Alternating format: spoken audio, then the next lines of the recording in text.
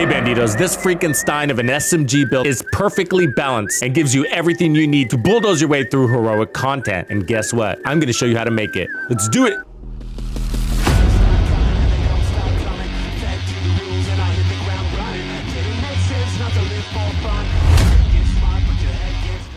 So as much as I'd love to claim this build concept as my own, I cannot. A special shout out goes to Incursion, a Bandido community member. This is his Frankenstein of a build, and it is designed to be perfectly imbalanced, giving you everything you need to more than survive heroic content, to crush it. It features an amazing amount of armor on kill, 40% in fact. It's got armor regen, it's got crowd control status effects, it's got awesome DPS, and a tier 5 shield, which is pretty darn strong. The original concept integrates the all-new exotic SMG called the Ouroboros, but I got some great alternates if you don't have that quite yet. Entering dog zone.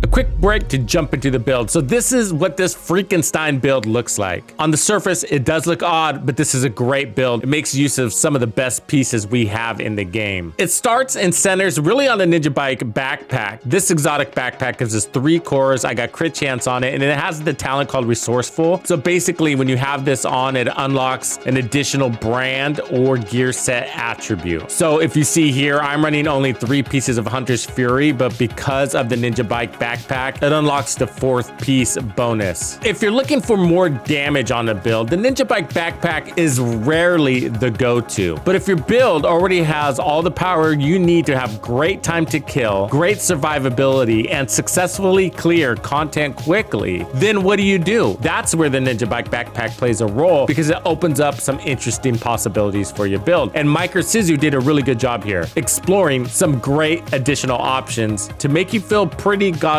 darn godly in this game. So let's start with Hunter's Fury. So we are running an SMG. I'll get into the guns in a moment, but we get the 15% SMG damage and 20% armor on kill, and then Apex Predator. So we're gonna get an automatic 20% amplified damage just for standing there. So you have to be within 15 meters of an enemy to get that. And we're using an SMG, so that's pretty easy to do. And then killing an enemy is gonna give you an additional 5% amplified damage per kill. Now it's only gonna last for 10 seconds, but when you're playing pretty intense like SMG builds require you to do, you get a lot of mileage out of that. So that stacks 5 times. Overall, you're going to end up with roughly around 53% amplified damage when you're at full stacks on this build. And then when you kill an enemy, this is really important for the build and why he chose 3-piece Hunter's Fury to go with it. It's really for that disorient status effect. That's part of the balance of the build, and I think it does go a long ways. I do use the tier 5 shield from time to time, but mostly when I'm ultimately surrounded or looking to prevent some micro damage, or when I have an enemy shooting at me from very long ranges. But otherwise, you can play shieldless because of that disorient status effect and some really good DPS happening here. So I got crits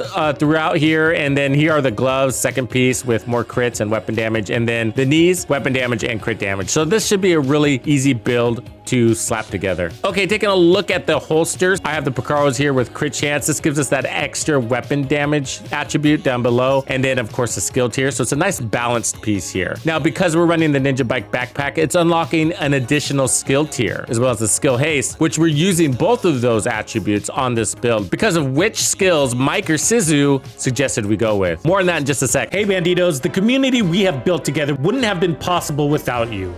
So as a thank you for supporting my channel, I am bringing you the hookup on member perks, including even more Division 2 content and the celebrated gaming music playlists. If you're not part of Texas Players Club, now is your chance. But the chest piece, yeah, pretty cool. So this is Bellstone, so we're getting an additional 1% armor regen plus another 10% armor on kill. That's crazy. And then we have more crits throughout, and then Obliterate, which is a really good chest piece option for SMGs. Now let's take a look at that shield. So yeah, that's a tier 5 shield, pretty darn strong there, and very helpful for SMGs because it's really annoying when your shield breaks. That's one of the biggest downsides of an all red build, is your shield just breaks really easy. Problem solved. Okay, as for the other skill, I'm running the Decoy. A Fixer would also work. You could also run the Banshee Pulse for more status effects, but I felt like we're pretty good there. So this is mostly for taking on giant mobs or dealing with that enemy shooting at you from range. Looking at the stats, I'm at 57%, almost 58% chance, and then 127% crit hit damage, 70% headshot damage. Okay, the specialization is Gunner, and that's for 10% armor on kill. Whoa, that's That's right, we are now at a total of 40% armor on kill. 10% from there, 20% from there, 10% from there, plus 1% armor regen. So you can take tons of damage in a single kill, is almost bringing back half of your armor. So as far as weapons go, this is centered on the Ouroboros. That was his suggestion. It works nicely. We got just shy of 1500 RPMs, 50 in the mag. I got expertise 20 on mine, but don't sweat that. You don't really need it. But if you have it, great. Damage to targets out of cover on this. I suggest that. 1.4 second reload, best in class, really. And then the talent, not even worth talking about. If you don't have the Ouroboros, I think the Dark Winter is a great option. It's got 1200 RPMs, almost as fast. Hard to even tell the difference. 45 round mag. It's pretty large. Damage to targets out of cover on mine here. It does have a longer reload, but you still get the job done. And perfect killer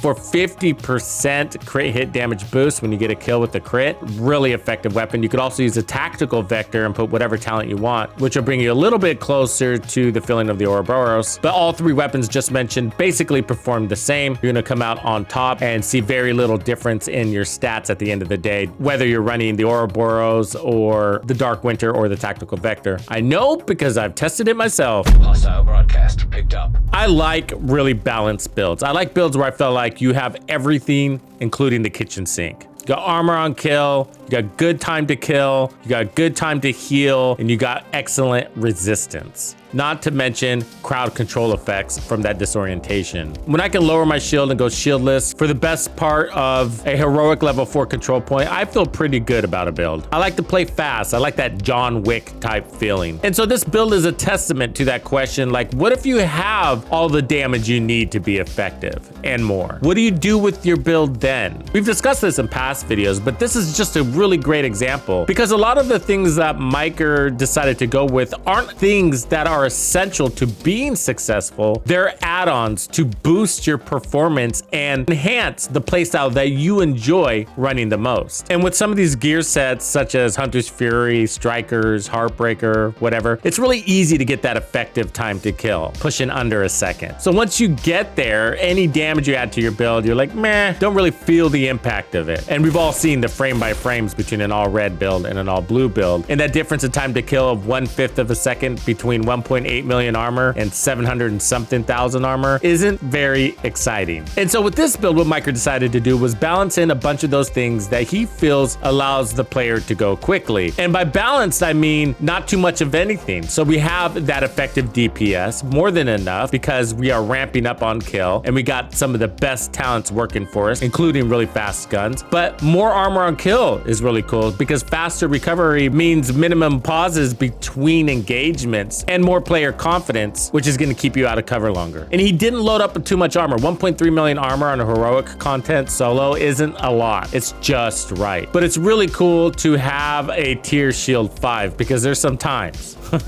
and that's gonna come in really handy. Like when you're going toe-to-toe with rogues, or you have 5 enemies shooting you at once, which happens more than I like. And they've been tossing a lot of riot foam at me lately, and there were many times when this build got me out alive. I think we can all appreciate that. So when Miker suggested I use this during a live stream, I was thoroughly impressed, but I still like to make builds my own or see if I can optimize them based on my playstyle. And so I took this build in every direction. I tried running Firewall for more damage off of the shield because we had so much armor on kill. I was like, well, let's tap into some of that and turn it into more damage. I tried lowering the amount of armor because we had so much armor on kill. I could just lean into that, and you know that armor doesn't do a heck of a lot in this game, right? Not without bonus armor or armor regen. But with both of those things, I realized our time to kill is so effective, adding more DPS just really didn't add anything to the build. I mean, you could even look at it as it actually makes things harder because you're already killing everybody so quickly. You're just taking away resistance and making your shield more brittle. And so if everybody's already dying with a really good time to kill, what is it going to do for you to increase that time to kill? Maybe save a couple of bullets that doesn't impact my survivability. And that's what I learned by trying to toy around with this build and add more damage here and shift more defense there. I tried exchanging armor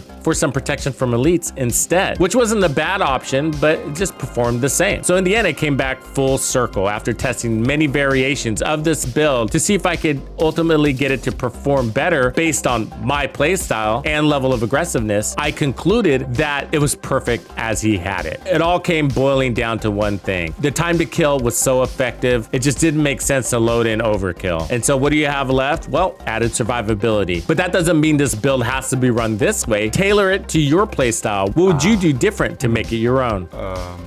And a special shout out to Sizu, a Bandido community member, for making this build possible for us today. Thank you for hanging out with me today. My name is TuxedoBandido, and this was another episode of The Division 2. If you found this video helpful, subscribe, like, and turn on notifications to ensure you don't miss out on the fantastic experiences waiting for you in The Division 2. And if you like builds like this, check out the recommended build video I have here for you. If you have anything you want to see covered, be sure to let me know in the comments below. And thank you to all the channel members and donors who make everything possible. Tux Nation wouldn't be without you.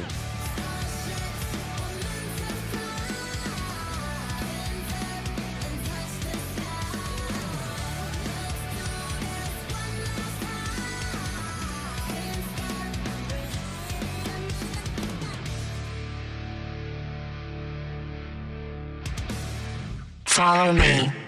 I get it.